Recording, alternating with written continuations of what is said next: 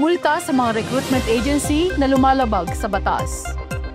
Ang may-ari ng agency at empleyadong direktang kasangkot tulad ng managers at recruiters ay maaaring magmulta ng hanggang 325,000 dirhams at pagkakakulong ng 12 to 20 years sa iba't ibang criminal charges na maaaring ihain laban sa isang recruitment agency at mga empleyado nito tulad ng illegal recruitment o pagpapadala ng manggagawa ng walang tamang lisensya o paglabag sa kontrata tulad ng maling pag-inform ng karapatan ng domestic worker sa mga sponsor ukol sa overtime, day off at iba pang karapatan ng domestic worker.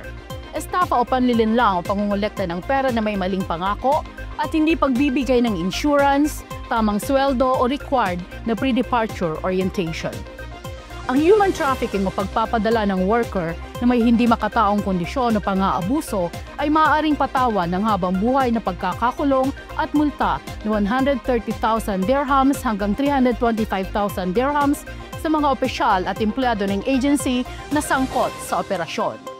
Ang pagbibigay ng maling impormasyon sa sponsor para pagbigyan ng paglabag sa batas tulad ng misrepresentation o maling pag-inform ng rights ng worker at paglabag sa recruitment standards sa itinakda ng MORE, ito ay may parusang multa depende sa bigat ng paglabag, pagkanselan ng lisensya ng agency, kung patuloy ang maling practice at pagkakakulong kung ang ehensya at sponsor ay hindi ibibigay ang karapatan ng domestic worker na ayon sa Federal Decree Law No. 9 of 2022 o Domestic Workers at Cabinet Resolution No. 106 of 2022.